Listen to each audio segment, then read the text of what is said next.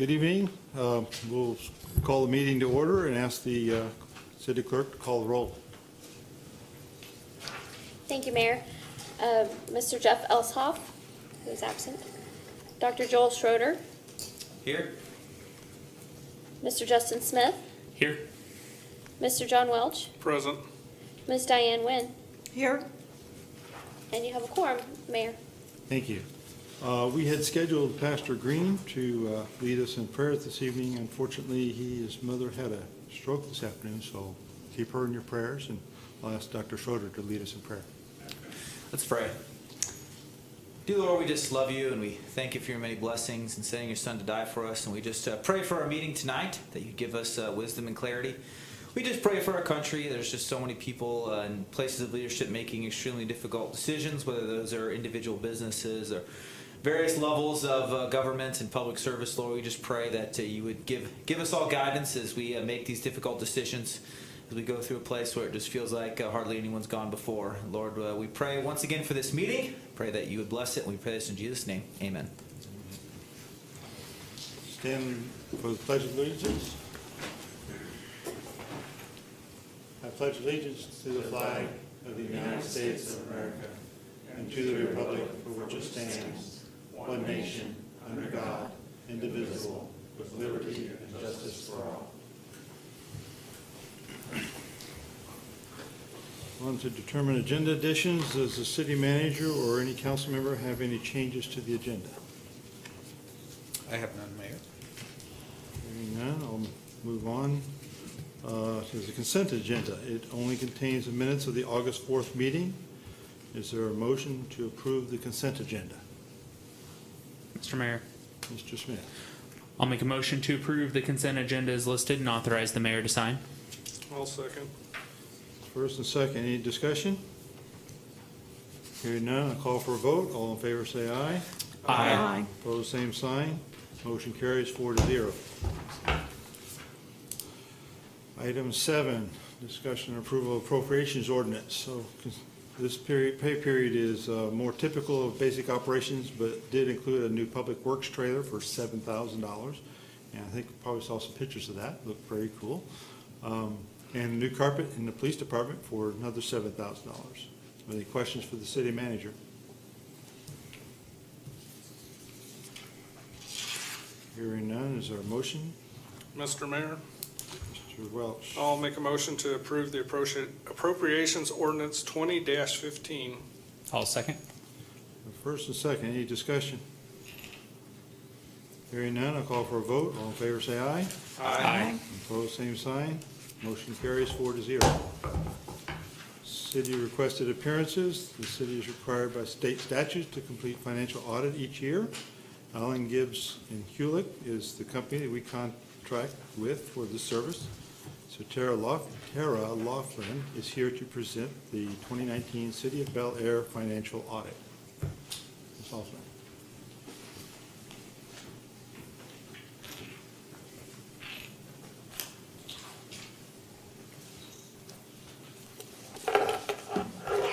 Good evening.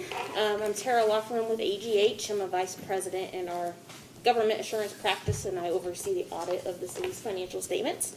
As mentioned, this is something that's required every year, and so I'm here tonight to report the results of that audit.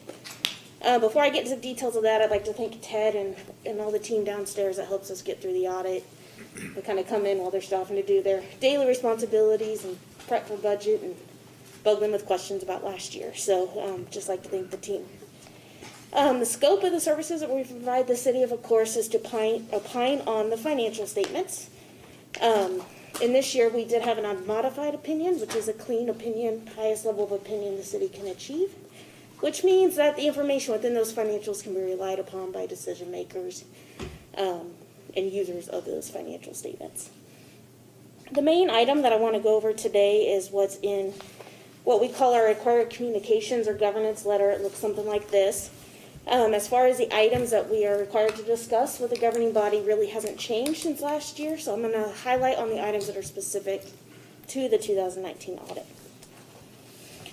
First off, towards the bottom of the first page, we talk about any new accounting principles or policies that have been effective for the city during 2019. This year, there was actually no new accounting policies that were effective for the city. There was some new standards out there, but they weren't really applicable to the city's operations. So what does that mean? As you're looking at 2018's and 2019's financial statements, the accounting is the same between both years. If we flip to page 2, the very first item there, it discusses management's estimates. The city does report financial statements on a full GAAP basis, which means there are some accruals and estimates that have to be recorded within the financials. The significant estimates that are in the city's financials are the same as last year. One item relates to the valuation of the land, and then the last two items both relate to employee-related liabilities, one being the net pension liability, which is the city's share of the CAPER's overall pension liability, and the last item being another post-employment benefit liability, which again for the city is kind of related to CAPER's, or there's a death and disability insurance plan hooked to CAPER's. It's your share of that piece of that specific plan. So again, no new estimates. Our requirements as far as estimates go is to get an understanding of how management does those estimates, review the inputs, the calculations, the resulting outputs, make sure they're reasonable and in line with standards. And in all cases, we found that was the case. The next item we're required to discuss is audit adjustments. You'll see there that there is a list of audit adjustments. These are the same type of audit adjustments that have occurred in previous years. So the city keeps their financials, daily records to meet budget statutory guidelines set by the state. Budget basis accounting is different than GAAP basis accounting. And so all these entries listed here relate to converting that budget basis to a GAAP basis accounting. And so we do assist the city in making what we call those GAAP adjustments. None of these entries impacted the budget level of accounting. So again, on a day-to-day basis of accounting, you're meeting statutory requirements. We assist with converting this to a GAAP basis. The next item there was none for the city, but I always like to highlight it on correct and misstatements. These would be items that would come up during the audit that weren't actually reflected within the financial statements for one reason or another. Those are usually because there are timing issues and the amounts end up not being significant to the financials and they correct themselves the following year. This year, though, there was not any. So all the adjustments that we proposed are actually reflected within the financial statements. Towards the top of page 3 is a paragraph that I think a lot of people miss. This is generally saying during the audit process we didn't have any disagreements with management, we didn't have difficulties getting information we requested, getting answers to our questions. So I always like to highlight that because I feel like that's very important, and sometimes it can get missed in this letter. The last item relates mostly to those GAAP adjustments that I just talked about, and so because we help the city prepare a lot of those GAAP adjustments, we do have a material weakness related to accounting and financial reporting. Again, that's all related to that GAAP adjustment basis. So we don't do any entries that impact budget, statutory requirements. That level of accounting has been really clean the last few years. We really just help with this GAAP adjustment. So that's what the item at the bottom 3 is related to, is that assistance that we provide the city. The item on page 4 related to segregation of duties. All these items are pretty common for entities of a smaller size. As you know, the city doesn't have an expanded accounting staff. There's a couple people that are kind of involved in all areas of the city, so it's not uncommon to have these issues, but we like to outline them so that the governing body is aware of them, that they're out there. And for instance, like you just did, approving, you guys review those expenses that are incurred. You know, it's part of the process of helping with this segregation of duties issues, as an example. The rest of the governance letter, kind of starting at the bottom of page 4 and moving on through the end of the letter, are just other recommendations, other information that we provide all of our governing bodies, whether it's in a public government setting or private for company setting, just to let the governing body know of other risks that are out there. These mostly relate to IT-related risks and what that current environment looks like. So we just like to provide that information annually. Not something specific related to the city, but just the general risk that's out there in the world today. As far as the audit goes, that is results. Again, pretty much similar to what you've seen in prior years. But if you have any questions, feel free to take those now. Mr. Schroeder. What would you say is like a general, number one, how many years have you been doing Bel Aire? Our firm, I want to say, I don't have that number off the top of my head. I want to. 15 maybe, or? I don't think it was that long. Yeah. I've done it for 3 personally, So, but it's been yeah, it's close to a 10, number of so, years, yeah. not like your first year or anything. Yeah. What are there trends that you're seeing or things that have been moving in any kind of direction that you'd say you've noticed over? I know sometimes during these audits, corrections are asked for and then they're done and so on and so forth. Are there any trends or anything you've seen or your firm has noticed over the past years that you would be able to point out to us? No, I mean, I think, like I mentioned, the city's always kept their books and records on to meet the statutory requirements, and we've always done all these gap adjustments. So there really hasn't been any change as far as that process goes over the years. I mean, for the last 3 years that I've personally done it, I haven't really seen any trends or differences.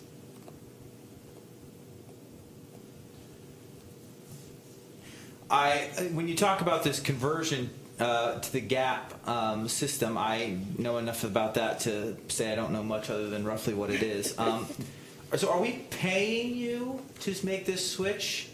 And what are the options and what do other cities do that differently? Or what are the different options related to this conversion to GAP?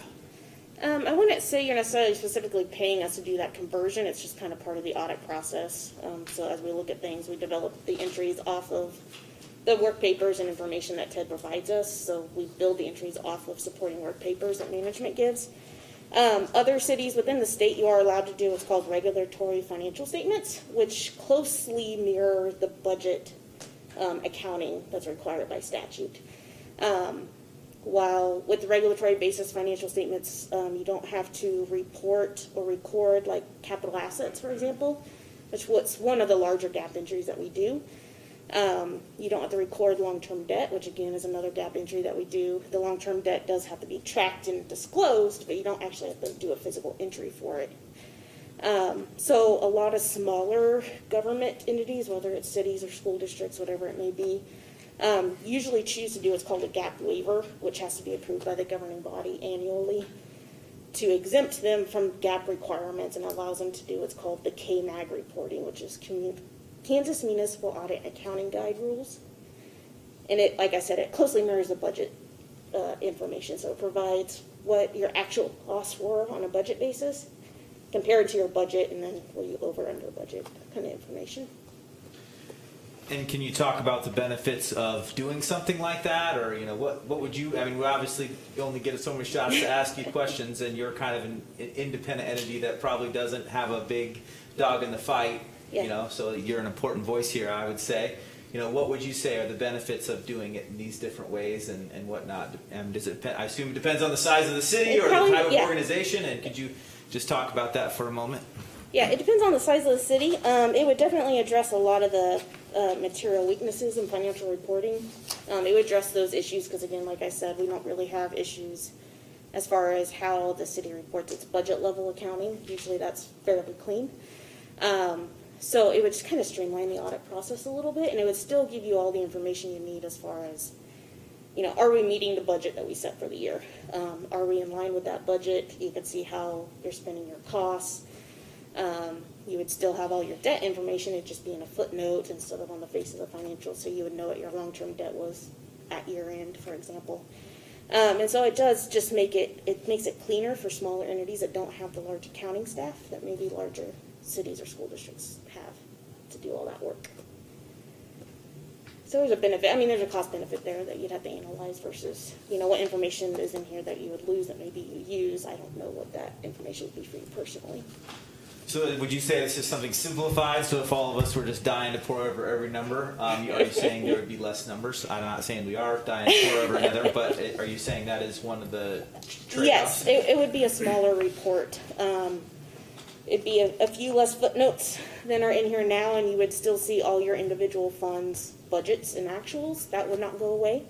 So you'd still have all that relevant information, but it would be a streamlined report. I can kind of explain too, one of the reasons that we do that is GAAP principles, you dive into asset management. And for us, asset management is roads, sewer mains, water mains. Then you have to figure in depreciation, you have to create the value.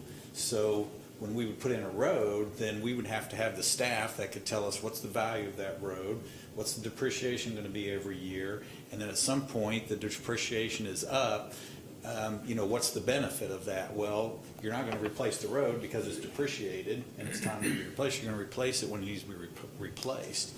And same thing with pipes. We've got sewer mains that are 70 years old, and in those situations where they're clay tile, they probably should have been replaced 10, 20 years ago.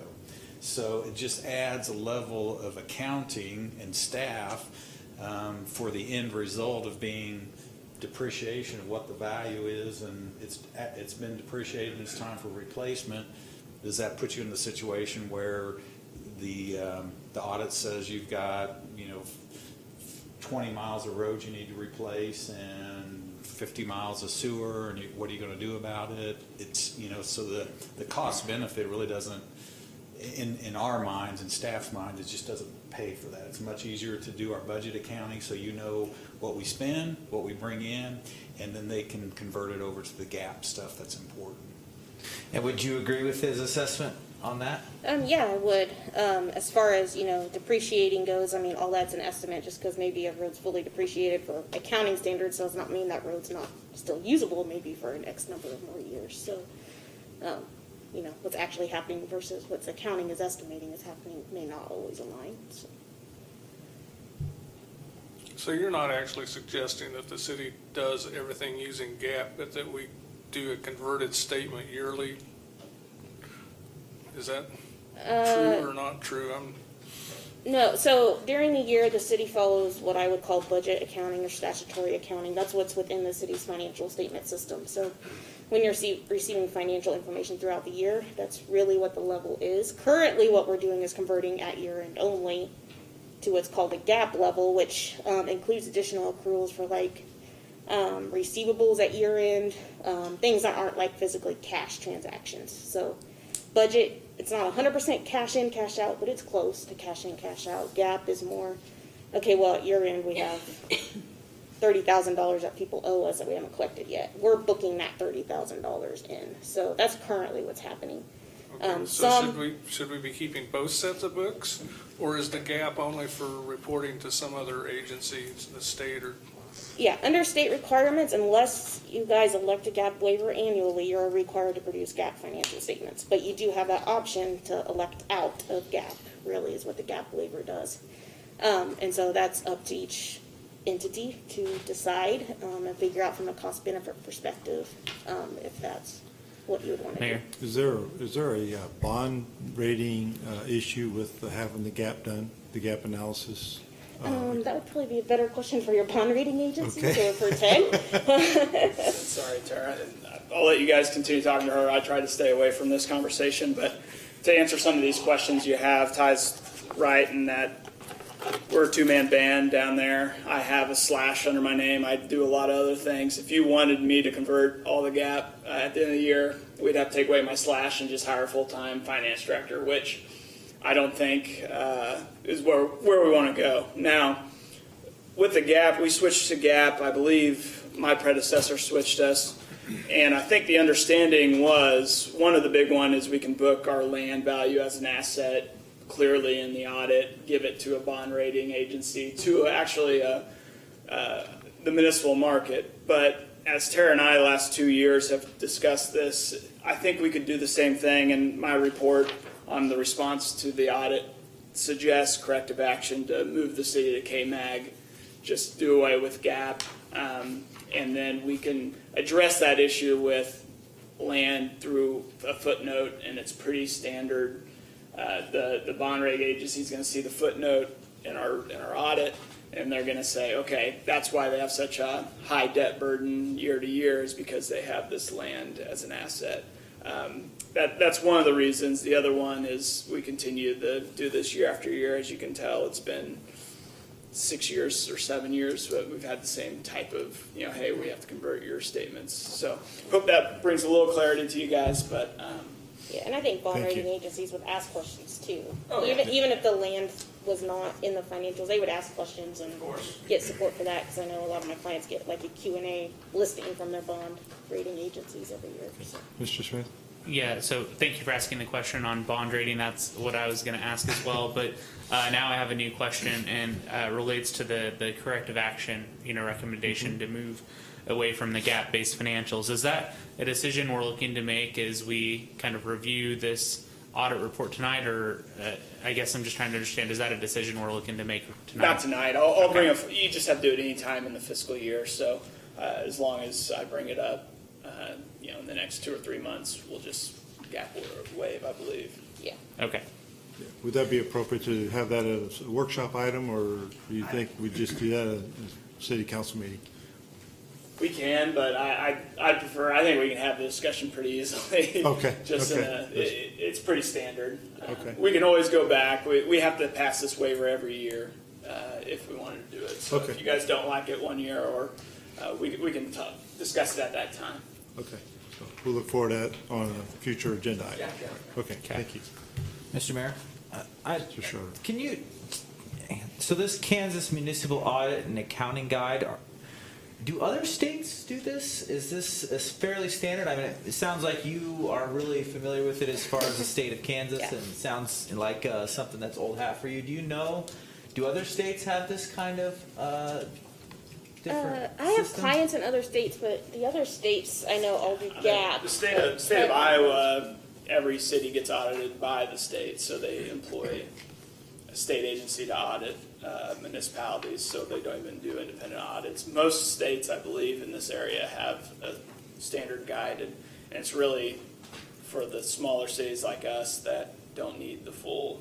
Because treatment. GAP is like the nationwide standard, right? Yes. So this Kansas Municipal Audit and Accounting thing is just something, sounds like unique for Kansas. I was just kind of wondering, is there a Ohio Municipal Audit and Accounting Guide? Is there a? Yeah, there may be, but they're all going to be a little different. So I'm actually on the KMAG board as well. So the KMAG is ran by, it's kind of through the state, but there's local CPAs are on the board. They rotate in and out every 3 years to look at what should be reported.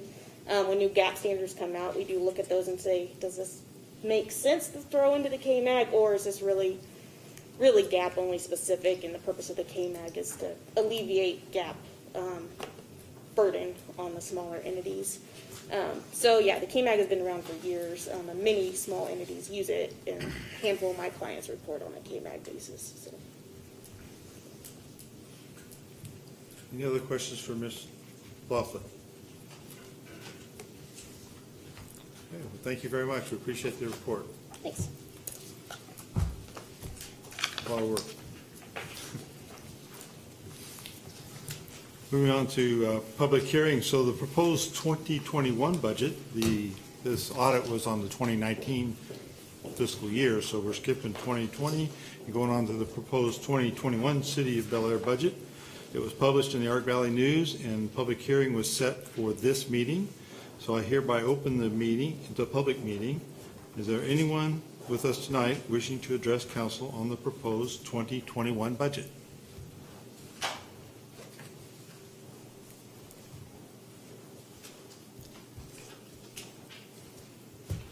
Hearing none, I will close the public meeting. Quick and short, okay? Do we need a motion for that? Is there, yeah, oh, we do need a motion for that. I can't close. Mr. that. Mayor, I make a motion that we close the public hearing. Second? Thank you. I have a first and a second. Any discussion on the closing public meeting? All in favor, say aye. Aye. All opposed, same sign. Motion carries 4-0. Item 10, citizen concerns. So do we have, does the city clerk have any comments to read from the public? We did not receive any, Mayor. Thank you. Do we have anyone in the audience who would like to speak? Yes, sir. Thank you. If you please just state your name and address at the podium. We give you 3 minutes. My name is Bruce Repke. I live at 4300 North Rushwood Circle. About a month ago, in the Nextdoor social app, somebody posted something about the fire hydrants here in Bel Aire. I just want to read what they wrote. Last month, we toured the Bel Aire fire station with my grandchildren.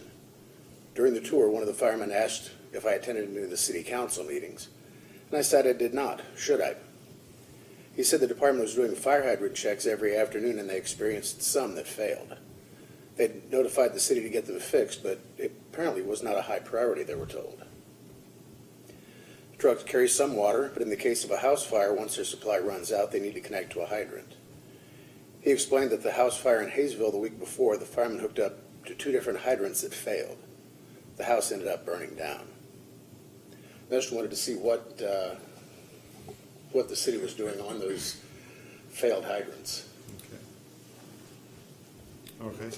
We'll look into that. I'm not aware of that issue, but we can certainly look into that and find out for you, okay?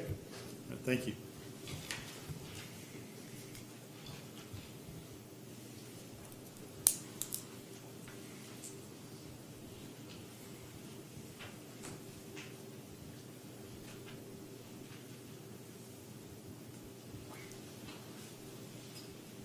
Okay, moving along to, and we will look into that, so I made a note here to check into that. All right, thank you. Moving on to city council member reports. We'll start with council member Nguyen.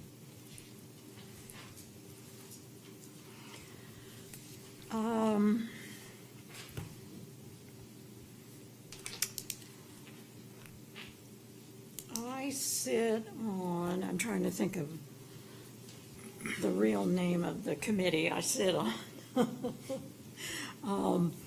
But it services a wide variety of things that have to do with the city and various ordinances and things like that. And so I thought I might just report back to you what came up in this one and the fact that we are working on it. We do not have a fix, of any type yet. But the city of Bel Aire requires anyone who has a sprinkler system to have that inspected by the inspector. Certified contractor. Right. And so what our concentration actually was on, and why there isn't any real movement here, was that the ordinance as it's written is big enough that you could drive a semi through it. Got a few holes in there. And so we're working on that, and we'll come up with something that we will submit. I'm not sure exactly. We'll get it to the city administrator. It'll probably come back through here. I'm not sure the exact process.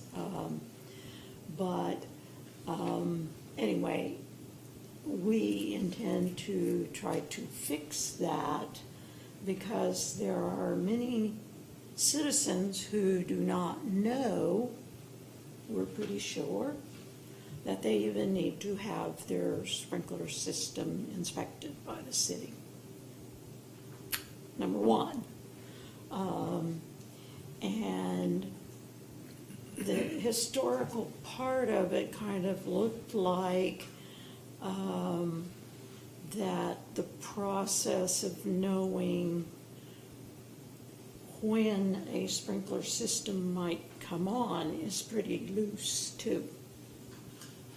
The original kind of thing was basically someone walked through the neighborhood, and if you had green grass, you might have a sprinkler system kind of thing.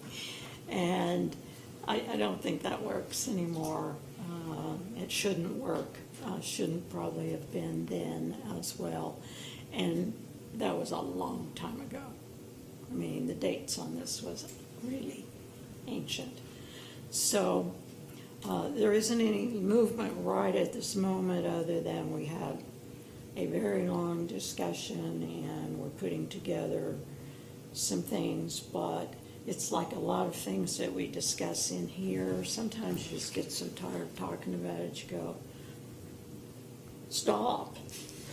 My brain is hurting, and, you know, and there were areas where there are gaps, okay? The person who needs to know doesn't know, you know. If the only way we know is because the water usage goes up in the summertime when people turn their sprinklers on, it's not very accurate. Yeah, true. So we want something a little more accurate, and that not only will it then be placed probably on the website where all citizens can access it. All of the city employees will know about it. If somebody comes in and says, you know, I put in a sprinkler system, what do I need to do? They'll have an answer. And I will bring more of that back, but, you know, we just, like I said, it just became one of those, you pull this string and 3 of them came loose over here and that type of thing. So, and I'm sure Ty's probably had some questions and or some of the other employees so that we know what they're doing now even. You know, what the system is. So it's hard to make sure that the system that you're trying to get to is better when you don't know what it currently is. So you'll hear more about that, but that's basically my report Okay, for now. thank you. Councilmember Wells. I have no report, but I do have a question to Ms. Nguyen. Do you have a deadline for getting that out? Because sprinkler systems turn on in May, and we'd sure like to have a clear ordinance before then. Well, that's sort of our goal too. We're a bit late for this summer and, you know, that type of thing. But we feel like we should have it early next It's true spring for or this- even to come. I was gonna say December or January, because the council's gotta have time to review it, make Right. whatever changes we wanna make. There is a UAC report that was just put out the last week, I believe. I saw that. And, but I do believe there might be some more additional work on the ordinance. Is that correct, Ms. Kelly? I believe the city manager plans to present it to council for workshop, and then at that point, if the USC recommendations need to be adopted, or if there are any other changes that need to be made to the ordinance, they can be done at that time. Okay, very good, thank you. So, great.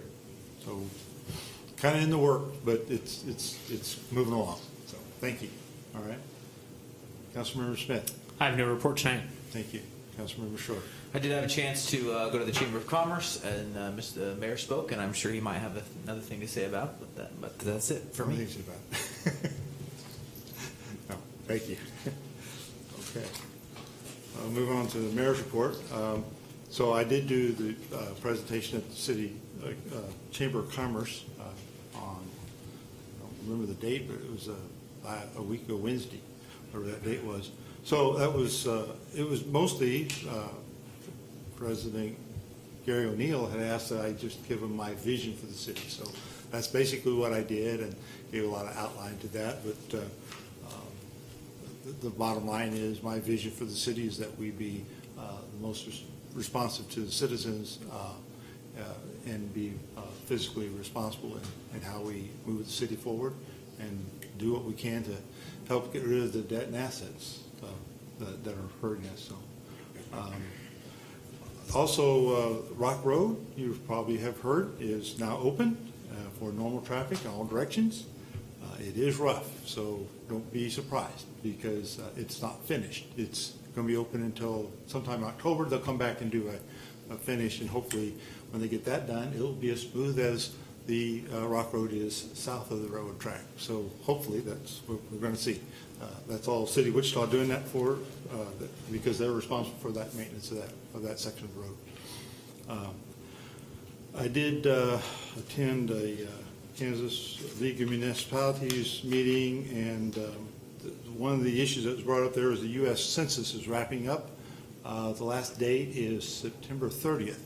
Surprisingly, Bel Aire is doing quite well in this area, 80% response, and I think the national average is like 60, something in the area of 60%. So we're doing very well, but it would be great if we could just move that up to the 90% level, if we can encourage our fellow citizens to please respond to the census. A couple resources, I think you have to do it online now. I don't know if there's any other way of doing it. You had the mail-in cards for a little while, but I don't know. If you have those, you can still send them in, I guess. I did chat with the city manager. We do have a computer in the senior center that is available. If people don't have access to a computer, they could use that one to access it online. So just a little history there, just so you know, and I don't know how many people know, but 10 years ago, we had a census, like we required to in the Constitution every 10 years. Our state legislature couldn't decide how to, couldn't agree on how to do the apportionment for our state legislative districts, like District 85 and District 89. So they split Bel Aire down Woodlawn. And that's when that happened. And so those of who live east side of Woodlawn are in District 85, and those who live west side of Woodlawn are in District 89. It'd be nice if we could be all in one district. I don't know if that's possible, but the first step is to get the census numbers as accurate as we can so that the legislature will have the best information to make a decision. Because our next legislature that we will elect in November will be making that decision sometime next year. I think it's next year. Maybe it's the year after. I don't know for sure how that process works, but soon, okay? And so would appreciate folks please participate in that if they can. Got a report in the last week about backflow preventers, and this is what Councilmember Nguyen was alluding to a little bit in her discussion. We only have 54% compliance on certification of backflow preventers in the city of Bel Aire. That's not good. Of 1,200 irrigation systems. And That you know of. well, according to the data that the city keeps, that's not a good thing. We need to really up the ante on that. That puts the rest of us, our clean water, at risk when we don't have those certified to make sure they're working. If it was just a handful, it probably wouldn't be a significant risk, but when 46% are non-compliant, that's 46% we don't know if they're working or not. They may be working fine, but nobody knows that for a fact. So encourage your fellow citizens to please get those tests done and get that information in. I do think the city is going to maybe start some enforcement action here in the next month or two if we don't get it done. So avoid that if you can, and we appreciate it. This afternoon, I participated in a League of Kansas Municipalities Public Officers and Employees Policy Committee. So we heard an overview of CAPERS and how it is in better shape today than it has been in recent years.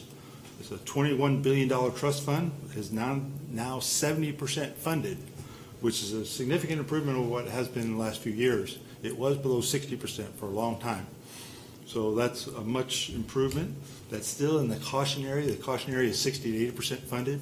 Has to get over 80 to be considered in good shape. So it's moving in the right direction. The state's doing the right things there. And we hope they keep that up.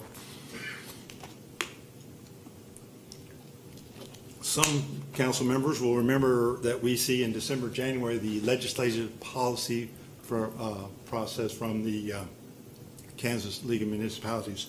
So we went over that today. So I'll just tell you some of the changes. I'm not going to tell you all 11 pages of it because that's pretty crazy stuff. So here's some of the changes we approved and some things we passed on. So municipal court, we're suggesting more flexibility to avoid audiovisual hearing, or to hold audiovisual hearings. So just put that in the legislation so that municipal courts have that option. Emergency management, increase the involvement of local municipalities in responding to disasters. We already have some of that, but this is to improve that, so we have more say. Federal funding for COVID-related revenue loss. Currently, there is none, and they're looking for some federal help. Some of the cities are hurting pretty bad on budgets because of the COVID revenue loss. Police reform, we talked about this one at length. Apparently, there is some effort to push some police reform, but I personally and several others did not support the initial draft that we saw. So we revised it to say we support the local police departments. If there is a state or federal proposal for police reform, such reform should be focused on providing assistance for training and resources for local government. Any reform should not be burdensome or costly to local governments. And the next thing is to rescind a policy on overtime rules. Trump administration had rolled back some Obama regulations for overtime rules, and so there's no reason for the Kansas municipalities to request changes in the overtime rules in the state. EMS hospital funding, or EMS and hospital funding. This was a support of expansion of Medicaid. This item was tabled. I additionally brought up that ad for the Kansas Hospital Association to encourage Medicare to restore the reimbursement levels prior to what was in place prior to Obamacare. That's when they cut the Medicare reimbursement levels, which has been the push to expand Medicaid to get these rural hospitals additional funding. I think we would be wiser to go fix the problem instead of adding to the Medicaid rolls. But we'll see where that goes. Those are issues that is still under discussion. No decision was made on either one of those. Property tax transparency, last year's effort was vetoed by the governor. It was a bit onerous on local governments. It was kind of expensive. But we do support transparency that is not burdensome to local governments. And then a special consolidation issue. So this legislation is to allow local governments to consolidate without having to go to the legislature to get their approval. Because currently, if you want to consolidate governments of any sort, even like a library board into a city, you can't do that without a legislative approval, which is kind of silly to do. But do have some concerns in that area simply because of the fire department issue that's going on between the city of Wichita and Sedgwick County Fire Department. And I think Bel Aire, it needs to be very concerned about that because we don't want to lose our input into what's going on with fire department if they merge those two. So, but that's another discussion. So that wasn't a League of Municipalities issue, but it's a consolidation issue we're concerned about. So all these and more will be reviewed by 3 more committees, so these are not final at all. Okay. Then final action will be taken on Tuesday of conference week, which is in October. So as some have acknowledged on the website, next door is showing a spike in auto break-ins. The chief says this is kind of normal for this time of the year, school starting. Fortunately, most of these are not in Bel Aire. However, the chief also observes that the majority of these are cars left unlocked. So please make sure you lock your cars if you're going to park on the street or in your driveway. I even had a neighbor a few years ago had his car broke into in his driveway. So it will happen. And so the chief says that's the best prevention.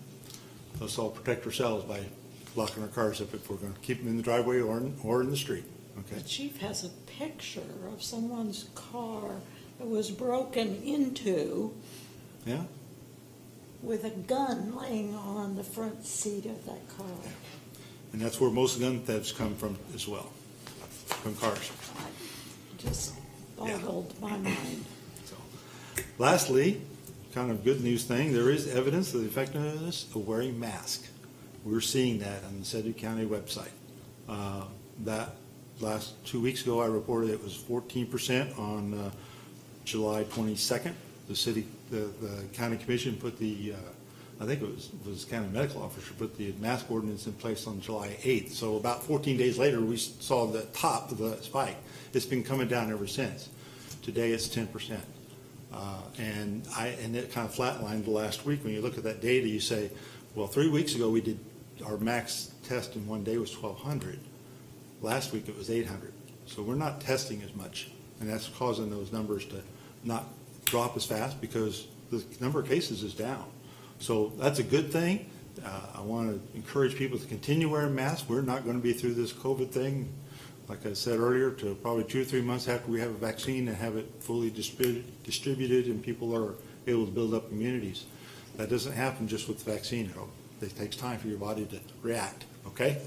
So please keep up the good work. Additionally, KDHE shows that 49% of the ICU beds are available in the state of Kansas and 81% of the ventilators. So we currently do not have a bed or ventilator problem, and hopefully it will stay that way. So that's my report. I'll move on to city city attorney. I think it's next. Thank you, Mr. Mayor. It's good to be back. I took some vacation time, so I missed a couple of our meetings, but Is your microphone on? Yes. Can y'all hear me? Maybe I forgot what volume to use, but I was saying it's good to be back. I've taken some vacation time. I'm glad to be back and getting caught up. I'll just double down on everybody else's comments with backflows. Just to give those who might not have any idea, maybe first-time home buyers or people who weren't watching council last year, a backflow preventer is a device installed in your home's water pipes that allows water to flow in one direction but never in the opposite direction. Its sole job is to prevent the city's drinking water from being contaminated by backflow materials. When water enters your home from the main water supply line, it should never flow back into that line. But sometimes due to pressure changes in the pipes, that can actually flow backwards. So if you think of a lawn where there's flooding and there's a hose sitting in the grass, sometimes that water can go the other direction, and that water may have nitrates and other fertilizers in it, or debris or something dangerous, parasites even. We had a story last year where we talked about a case in another state where parasites got into the water system. Backflows prevent that. So backflow preventers are required in Bel Aire, and they do, there is some specific requirements, as Councilmember Nguyen talked about. Unfortunately, the code has to go through every specific piece and part in the rating and how it's set up. So all that detail is in the code. However, licensed contractors know that and understand it and can explain it to citizens. Citizens who own homes are required to have their backflow device tested every year as of now. And that report is to be filed with the city. Whether that contractor files it or the homeowner gets the report and files it themselves, it is required to be tested and filed. Every 5 years, as of now, every system is supposed to be rebuilt. That overhaul is just designed with the industry understanding that certain parts break down, rubber pipes, valves, whatever, and the intent is to prevent that breakdown from happening and contaminating the system before the test is failed. As Councilmember Nguyen was saying, UAC has reviewed that material and come up with some recommendations for this council to consider. However, at this time, the devices were due to be inspected or overhauled on June 1st. Because of COVID, we've extended that time. At this point, the code enforcement officer has asked me to advise residents that the enforcement is going to continue in the next few weeks, so people have time to get those, to get in compliance with the law as it is now. Finally, everybody should know that if it's determined that a system has not been inspected or has not, or has failed a test, that homeowner may have their water shut off by the city at the engineer's determination. Another alternative is the city may go in and fix the backflow or have a contractor rebuild the backflow, and then the homeowner would be charged for that. So people should just know that the enforcement standards include turning off water or coming in and abating that. So that's all I have on that. I did receive a question about social media, and as a city, social media is one of those things that can become somewhat of a forum for people to talk and discuss. However, this council when it reviewed the social media policy, determined that social media is, in Bel Aire, is to inform the public about what the city is doing. It's a way for the city to communicate with the public, to put information out. That's the primary role of social media in Bel Aire. We're seeing cases where cities have turned their social media into an exchange, into a public comment platform, chiefly, where the city is using that to primarily engage with the public. And in those cities, the cities are really starting to run into difficulties with having to censor or remove certain comments or block certain people from participating. So because we are not a city that declares that our social media is a platform for exchange, we don't have to worry about that at this point. The council may decide to review the social media policy and make it more of an interactive primary platform. Right now, the primary platforms are emailing comments to the city clerk or coming to public comment period. And so those are mostly protected. Social media comments are not as protected because it's not a platform, it's an information conduit. So that may be something to discuss in the future, but I wanted to remind council of that as I received a question from the public about it. And that's all I have. Thank you. Move on to city manager's report. Thank you, Mayor. Just a reminder that the city Central Park Pool is only open on weekends now. So Saturdays and Sundays from 1 to 6. So the next 3 weekends, Labor Day weekend will be the last Sunday for the pool. We did have a number of positive comments about thanking the city for keeping the pool open on weekends a little longer this year because a lot of kids aren't going back till after Labor Day. So also wanted on COVID, I wanted just to mention financially, probably our citizens heard that Sedgwick County received $99 million of COVID. Just under 100.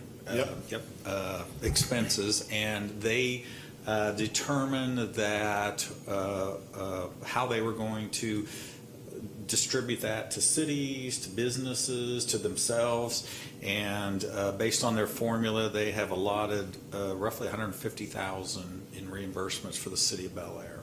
So Ted has already sent in roughly $50,000 in things that we had to make to comply or to protect citizens and staff on COVID. We've also noticed some deficiencies relating to the pandemic, and there's a few other changes, some things that we want to implement that we'll also be asking for reimbursements for to address those needs.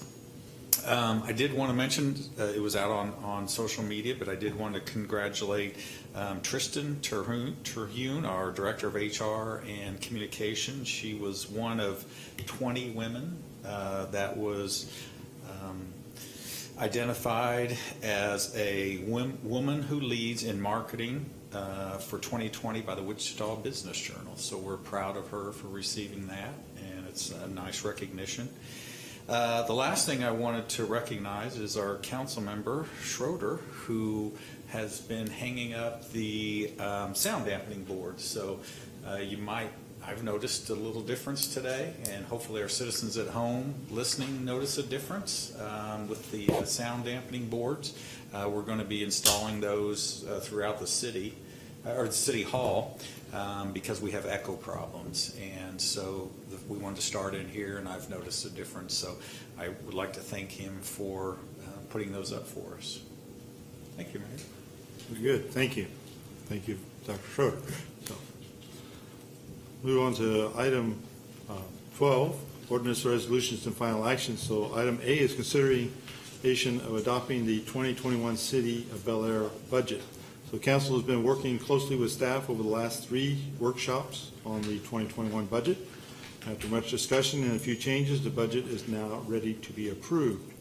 Are there any questions of the city manager or finance director, or any last minute changes council want to make? Mr. Mayor, Mr. Welch. I don't have any changes to the budget itself, but I was questioning this motion to adopt Is the entire governing body required to sign, and if so, is somebody going to take it to Jeff Elsoff to sign? Just, Yeah, Thanks, Ted. just the majority usually. Last year we didn't. We had a couple that didn't sign, and it's fine. So I think it's more of just everybody that wants to sign can sign. I like to say the majority, just so that you have your signature of the majority of the council. So Something for posterity. yeah, Really? okay. Hearing no other people that want to talk, then I would make a motion to adopt the 2021 City of Bel Air budget as presented and authorize the governing body to sign. I'll second. First and second, any additional discussion? If not, I'll take a vote. All in favor, say aye. Aye. Opposed, same sign. Motion carries 4-0. And I believe that our city clerk has that available, so after the meeting, you can sign that if you would like. Okay? Do you need to sign that also, or just the council? I believe I signed it as well. Is that correct? Yes. I have signed it before, but I never paid attention to that line.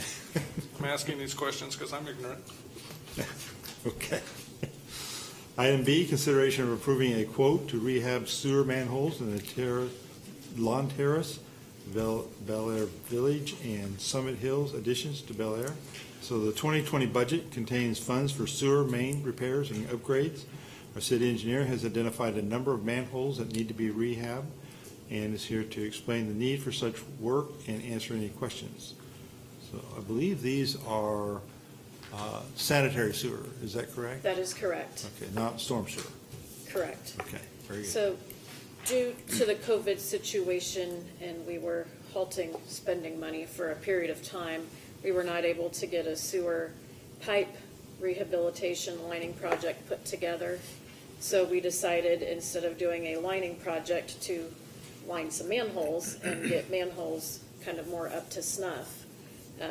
This is the first half of the project. We grossly underestimated, how much it would cost to get the manholes rehabbed. So we did start out with just the 3 subdivisions. We bid it out. The costs are in front of you. Those are the only 2 companies that we are aware of in the area that do this type of work. So that's why there's 2 bids. We are going back to utility maintenance contractors for the remaining manholes in the city that need to be rehabilitated, and we will be bringing that to you at your next meeting.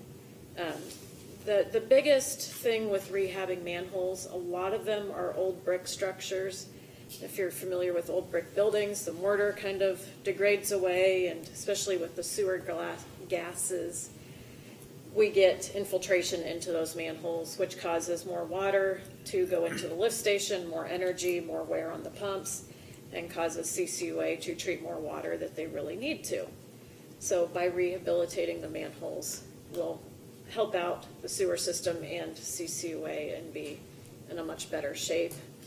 There's also several manholes that are underneath the ground by a couple of inches, so this project will also raise those manholes so they will be at ground level or slightly above. So if you have a manhole in your backyard or front yard, some of them are in the front, some are in the back, you may want to be aware as not to run over them. You may hurt your mower.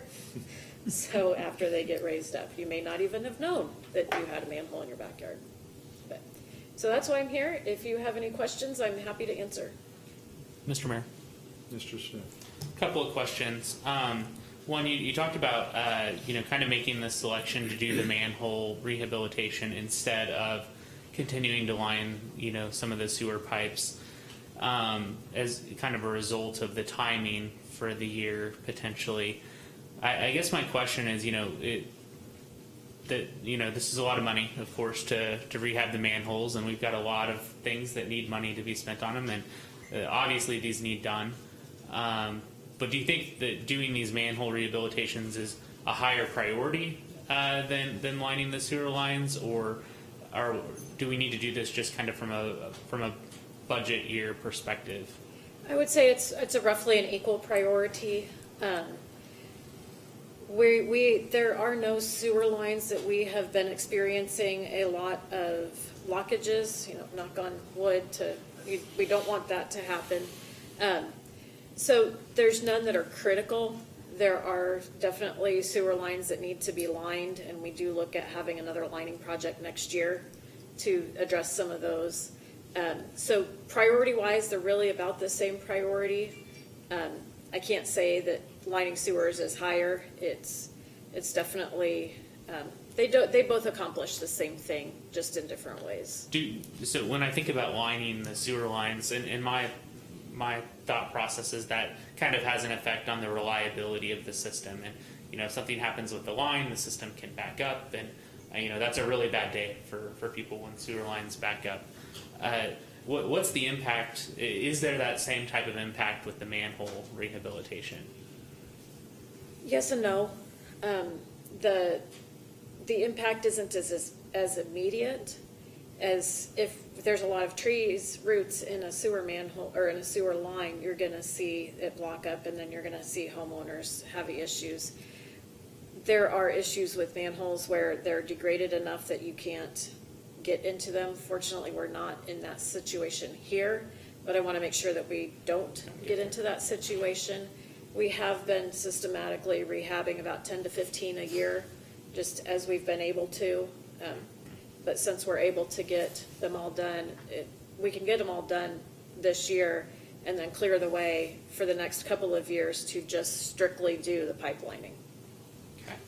And then the last question I had was on the quotes themselves, or the breakdown. It looked like the quotes were in VF units, which I'm assuming is vertical feet. Correct. But it didn't kind of list the number of wells. I could kind of count the blue dots, but wasn't exactly sure. How many vertical feet, or how many linings does the 662 vertical feet include? Is that how deep are they? I actually have a spreadsheet lining them all out. If you'd be interested, I can certainly send that to you. But they range between usually 6 to 8 feet and 10 to 15 feet in depth. Okay. So there's a wide range, and you can count the blue dots, but I believe it was in the neighborhood of Looks like 40 to 70. 50 manholes. There may have been more, up like 75. I haven't looked at the spreadsheet recently. Okay. I was getting in the higher numbers there. So. Okay. Yeah, and I like I said, I haven't looked at it recently. Mr. Mayor, I have a few questions. Well, You said you underestimated the cost. Did you actually mean that the quote came in lower than what you were? Correct. Okay. Correct. So I guess we overestimated how much There you go. it was going to Okay. cost. And I forgot what the other question was. Oh, I saw on the diagrams that it said it didn't go clear to the bottom. How far from the bottom are these linings going to get? And is that an issue because there's still several inches of brick? So the manholes, usually brick manholes, are built with a concrete base. And so the intention is to get the entirety of the brick lined with and they usually match into that concrete base. Okay, and the concrete base is still standing up fine. It's not deteriorating. Okay. I had one other question, but I can't remember it now. I think it was a cost per manhole, which is basically what Mr. Smith asked. Right. And unfortunately, since they do vary in depth, We don't can't really have an get average. a per manhole cost. Okay.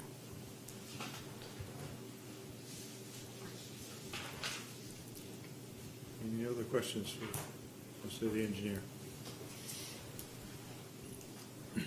And this is coming out of the sewer budget, right, which had money in it to That is spend. correct. So it's not something that we have to do outside of the regular budget. Correct. And what I did on that sewer budget, because we did overrun the lift station line item, I've taken the overall, the sewer system maintenance and repair, subtracted that overage, and subtracted the pump costs that we had approved at the last meeting, as well as I left a cushion of about $50,000 in there, just hopefully there's no more issues, but just Get in us through the case. year. So we should be well covered. Okay.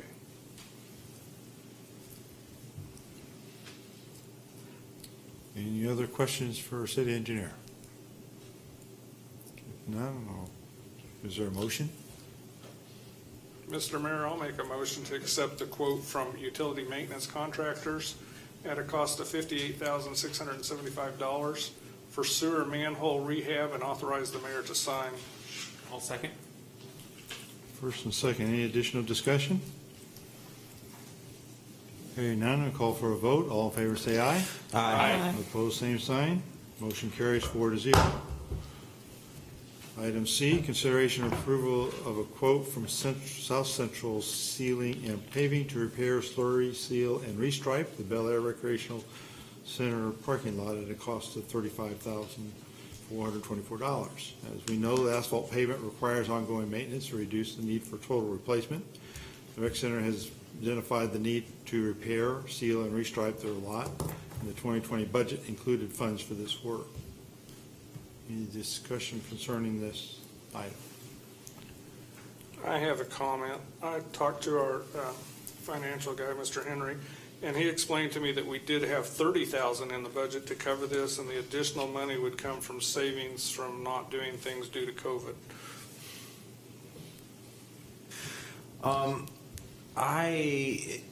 Normally on these things we have multiple bids, and I think I remember reading that someone suggesting there was only one company that did this sort of thing, which seems to me kind of hard to believe. Maybe that's true. I don't know who did the work on this, but I'd be interested in an explanation on just sort of the single bid here. I had similar concern because we're replacing asphalt streets all over the place and painting lines on them. I don't know why that's that much different. I think the one difficulty is that this is just a parking lot, and so someone that's doing a street is going to go out and have a crew out there, take all their equipment, and with the expectation that they're going to make 200, 300,000, whatever it is. Where this is just a small, basically a $35,000 deal. We're not going to have Kansas Paving or APAC, some company like that bid on it because it's too small. It's not worth their time to go do something like this. So that's the problem we have in trying to get a number of bids, is someone that's willing to take on this small of a project. What about the company that did the street repairs over on Westlake? That was about a $35,000 project. Do you remember who the company was? That was PPJ, and I'm not sure if they do the slurry. Oh, okay.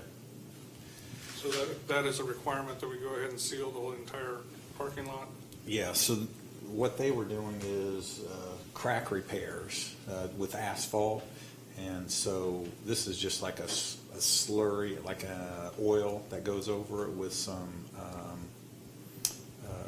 sand, something like that. It's just an oil coating. Well, there are some potholes that need repaired, I know that. Yeah. So, and I assume that was similar to what we did in the streets.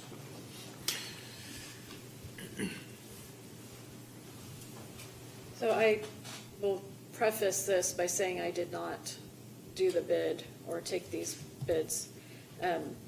When I was asked by Brian with the rec center who we used on slurry sealing the streets, and I had told him South Central Sealing, they are the ones that did the Bel Aire Heights sealing in those neighborhoods over in that area last year for us. It was a slurry seal, which, as Ty said, is a mixture between like an asphalt tar material and like a sand and light small gravel. That is different than what we did in the parking lot here at City Hall a couple of years ago, where they put like a tar seal over it. Engineering terms, we call it painting the sidewalk. Or painting the parking lot. What it does is it's similar to what we did in Central Park and Elk Creek and the newer subdivisions, where you're putting the oils back into the pavement and then painting over it. So it's two slightly different processes. It's, as you said, there are some potholes that need to get repaired. There's some cracks that need to get sealed that will need to be done prior to the actual application of the seal product. There are various different types of seals that can be used. Why Brian chose this one, I'm not sure. I was not involved in this project. So, but hopefully that gives you a little bit more information on the different types and why. When we did the Bel Aire Heights, I believe we did only have one bidder on that as well. So do we know if anybody else was asked to bid on this? Yeah, is Brian the one that did the searching for bids, or? Yeah, so from what I understand, he visited with Ann to find out who to contact, and that's where he got the name of South Central Sealing, or South Central Sealing and Paving. You can see in the breakdown that the slurry seal is about $24,000. The asphalt repair, which is what we talked about, you can see pictures of that, was about $10,000, and then the striping was $1,000 to go in and stripe it. So there's 3 different pieces that they'll be doing. It's not just the sealing. Mr. Mayor. Mr. Smith? I was just going to ask, did we, I know that we have folks on staff that do asphalt repair in a number of cases, smaller pothole repairs and minor street repairs. Did we consider the alternative of having staff doing any part of the project? And I guess why or why not? I do not believe that staff was ever asked, myself or Dave were ever asked to take a look and see if there was anything that we could do as far as crack sealing or patch repair. Why not?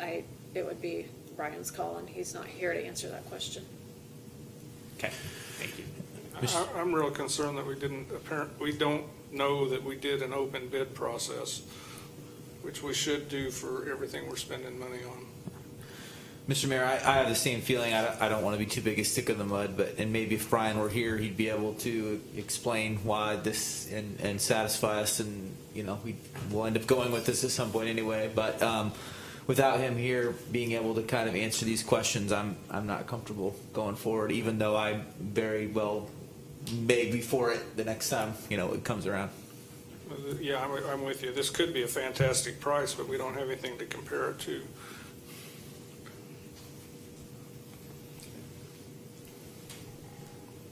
Any other comments, discussion? We want to make a motion on this? I will. I'll make a motion to table the quote from South Central Sealing and Paving for repair of the Bel Aire Rec Center parking lot, period. I'll second that. I think it makes a lot of sense to wait until we've got a chance to get some more information on this one. Any additional discussion? Hearing none, I'll call for a vote. All in favor say aye. Aye. Opposed, same sign. Motion carries 4-0 to table item C. On the item D, consideration of a resolution determining the advisability of making of certain internal improvements in the city of Bel Aire. And this has to do with Web Road gravity sewer main and amending, restating, and repealing resolution number R 1911.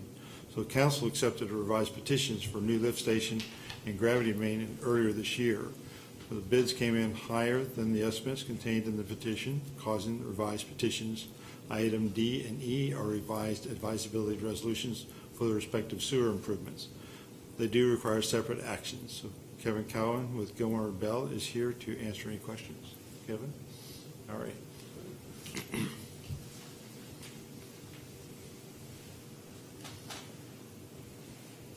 Well, that description was wonderful. I don't have a lot to add to it. These are projects that you authorized last year. They were included in the temporary notes that were issued late last year. And so these amending resolutions would amend those prior resolutions to both bump up the estimated cost for the reasons that you stated, and then we have a more detailed method of assessment. Those projects were included, I don't want to say last minute, but it was late in the year. We wanted to make sure those were included in the temporary notes, and so the method of assessment at that time was equally per square foot across a lot of properties. And so the amending petitions not only bumped up the estimated cost, but now have a more detailed fractional basis of assessment, which is what the city typically would use, and sometimes they're complicated fractions, but each lot in one of the Rock Spring additions will get a fractional assessment, and then there's some undeveloped property that will get a large fractional assessment, and when it develops and is subdivided, then that gets broken up equally per square foot. So primarily, though, the change is just bumping up the estimated cost to recognize what the bids provided. How much was the cost changed? What was the original and what is it now? Yeah, it was, I got that written down. The lift station, bear with me.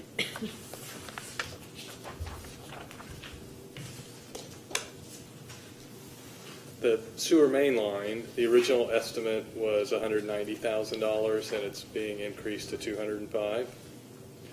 And the lift station was a little more of an increase. Its original estimate was $565,000, and it's now $775,000. It's a pretty good bump up. Do we know why we were off so much?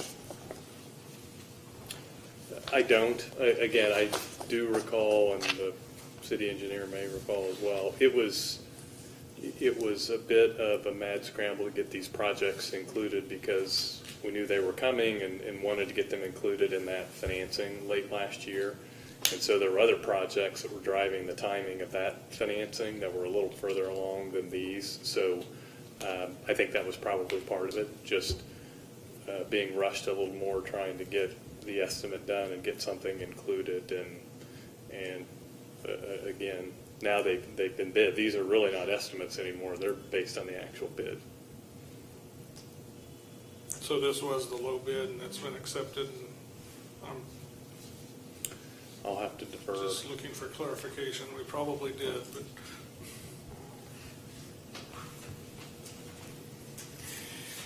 Yes, I remember when council had to accept the petitions, the revised petitions, and Ann had the reasons. I was trying to remember what the reasons were that the cost came in a little bit higher. I think the lift station had something to do with running into water, wouldn't it? That sounds right. It was something to do with the depth and running into water or something. Which couldn't have been known when you bid it, Right. so you get into it. Mr. Mayor. Mr. Smith. I do remember us talking about that and kind of going through the reasons. I remember not liking that it was going to be this much more expensive, but kind of resolving that it was going to be more expensive and we have to do it anyways. So we're just cleaning house. We're cleaning up. But you're absolutely right, yes. Yeah, I believe that part of the reasons was when the original estimate was developed, they did not have the geotechnical report at the time. The geotechnical report showed the water, and there may have been some rock, I believe, down at the very bottom of the excavation that needed to be taken care of, and that is much more expensive than just being able to dig through soil. I know there was another reason that Ken had clarified me on at the last meeting, but it's escaping my mind once again. So it was just the original estimate was blown. There was a few circumstances that were not taken into account that they did not have the information for when they prepared Did we the initial also one. spec a better pump for it than maybe originally? Because we've had so many troubles with clogs. That would have made maybe a 5,000 to 10,000, if that, difference, but it certainly would not have made us. It's a large amount, but a significant difference as we're where we are right now. I can't quite all remember the details either, but as Councilman Smith said, I remember as we revisited this earlier, I remember being annoyed and not having any great plan on what I was going to do about it, as far as, when the estimate's missed and think, what are we supposed to do? It's not like there's another company that's going to do it for the original estimate. So, Right. Okay, I couldn't remember all that, and I read this, and this verbiage certainly did not help me. There is a change order that is forthcoming for, I believe, I don't remember the amount, but I believe it's somewhere in the neighborhood of 5,000 to 10,000. So that will be forthcoming on this project to drop the cost. So there's a little bit of savings there, but it's certainly not the magnitude of savings that we're increasing the project costs by. A change order for reduced cost. Correct. Cool. You don't see those very often, so yay. 'Cause usually it's the other way around. A change order, Right. well, that's more money. Figure out how to get a few more of those. Mr. Mayor. Okay, Mr. Smith. Just as we look at determining what area this lift station is going to serve and how the assessment's going to be spread to the properties that it serves, can you just talk a little bit about how it was determined what parcels and properties this lift station was going to service and how what is the process for making that determination? I think it would be good to just refresh on that. Sure. So with the purpose of the lift station is all sewer flows downhill. And there's prescribed grades that you have to have per KDH&E as to get a cleansing velocity through that sewer pipe. So instead of stuff getting stuck in the sewer pipe, the water that's coming through will clean out the pipe as it goes down. So you've got an elevation of your house and you draw out the pipe where you think it's going to go. We can only get about 20 feet in the ground before we need a lift station to lift it up. That's pretty much the limit of backhoes to be able to install this pipe or to be able to come through and fix it, to dig down, to clean it out, to put in sewer services like that. So that's really the elevation limit, which is why you need the lift station. So once you determine where kind of your service area from the elevation standpoint, you see how far out you can go with your sewer pipe. That tells you about where you're going to be. I remember that Garver had done an initial study. I was going to say survey. That's not quite right. A study to determine kind of the areas. And Ty, myself, and I think Ted may have been involved in as well. We looked at 2 or 3 different options of service area, and I think we had chosen kind of the least, the smallest service area because the cost of that lift station was just getting too large for what we thought was feasible to bring to council and to move forward with. And Ty, if you jump.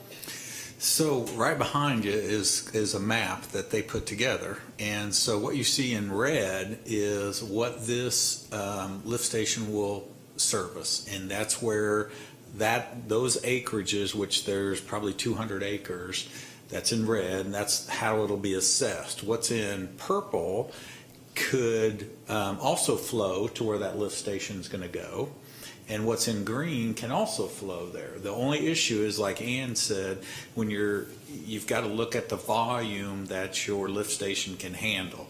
So the bigger the volume, the more cost. And so what we looked at was what can we immediately get in the next 5 years to service, which is in red, and that's the size of lift station we're putting in. Now to go to the purple, we may need to make a few improvements, and then to go to the green, we'll definitely need to make improvements. But what happens is then you would need to enlarge the wet well and things like that, which we did. They made it so that we can make those improvements to this lift station, but we don't have to pay for it all today. So that's kind of what we worked with when Ann talks about, the pricing. It could have easily cost double if we wanted to serve everything that's up there in purple, red, and green. But we knew that development, probably isn't going, especially in the green, probably isn't going to be there for another 5 to 10 years. But we know that what's in red is either in the process of being developed or will be developed in the next couple of years. So that's kind of how we designed the size of the lift station and the cost. One of the other things that we think about when looking at a service area is the length of time that it's going to be developed. The less flow that's coming to the lift station, the less often the pumps run. And so that sewage gets septic and it starts to stink really bad. So you want to make sure that sewage is getting turned over on a somewhat regular basis. And so that's just one more thing that's coming into the discussion. If you make that lift station volume-wise too large, you can't turn over the sewage frequently enough to keep that from being an issue. And I know Park City already has septic issues, this odor issues near their plant because the sewage is just too old.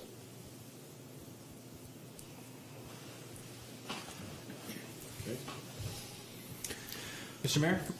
Mr. Schroeder. If there are no other questions, I'd like to make a motion to approve a resolution determining the advisability of the making of certain internal improvements in the city of Bel Aire, making certain findings with respect thereto, and authorizing and providing for the making of the improvements in accordance with such findings, Webb Road Gravity Sewer Main, and amending, restating, and repealing resolution number R-19-11 and authorizing the mayor to sign. Second. First and second, any additional discussion on item D? Hearing none, I'll call for a vote. All in favor say aye. Aye. Opposed, same sign. Motion carries 4-0. Item E and item F, they have to be read, but they're just continuations of the same.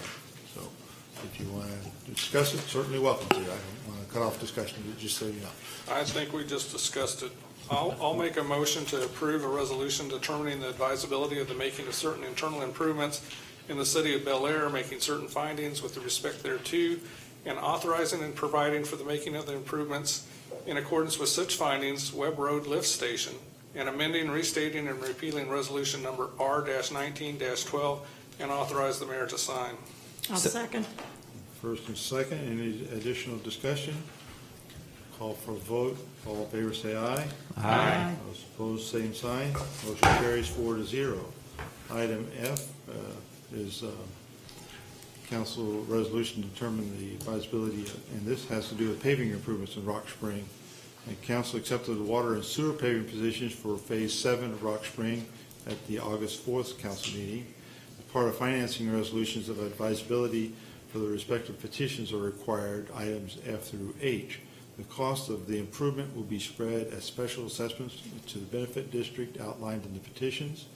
Each resolution requires a separate action, and Kevin Cowan from Gilmore and Bell is here to answer questions regarding these.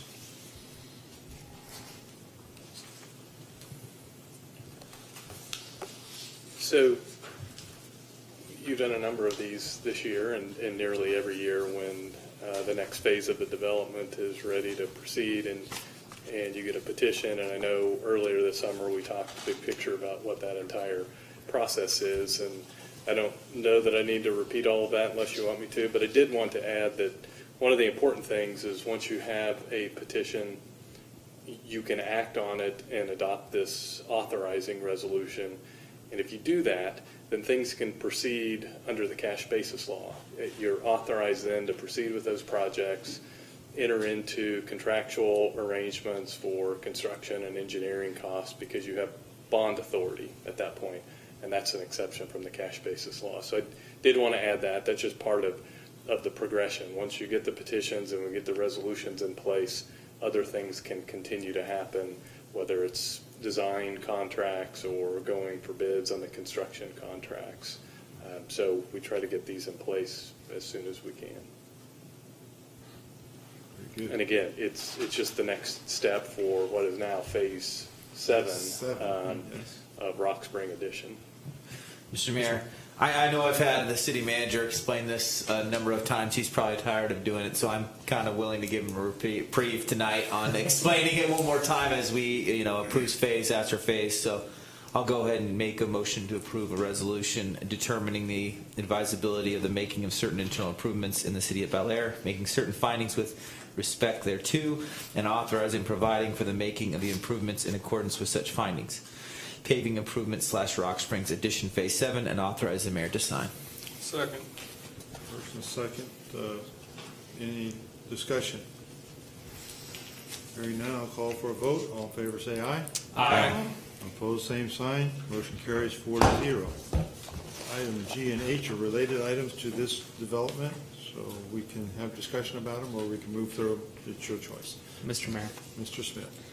I move to approve a resolution determining the advisability of the making of certain internal improvements in the city of Bel Aire, Kansas, making certain findings with respect thereto, and authorizing and providing for the making of improvements in accordance with such findings, sanitary sewer improvements, Rock Springs Addition Phase 7, and authorize the mayor to sign. Second. First and second, any discussion? Hearing none, I'll call for a vote. All in favor say aye. Aye. All opposed, same sign. Motion carries 4-0. Item H, continuation of the prior two items. Mr. Mayor, I'll motion to approve a resolution determining the advisability of the making of certain internal improvements in the city of Bel Aire, Kansas, making certain findings with respect thereto, and authorizing and providing for the making of the improvements in accordance with such findings. Water distribution system improvement / Rock Spring addition phase 7, and authorize the mayor to sign. Second. First and second, any discussion? Hearing none, call for a vote. All in favor say aye. Aye. Opposed, same sign. Motion carries 4-0. Item 13, executive session. I nor our staff have a need for executive session unless members of council do.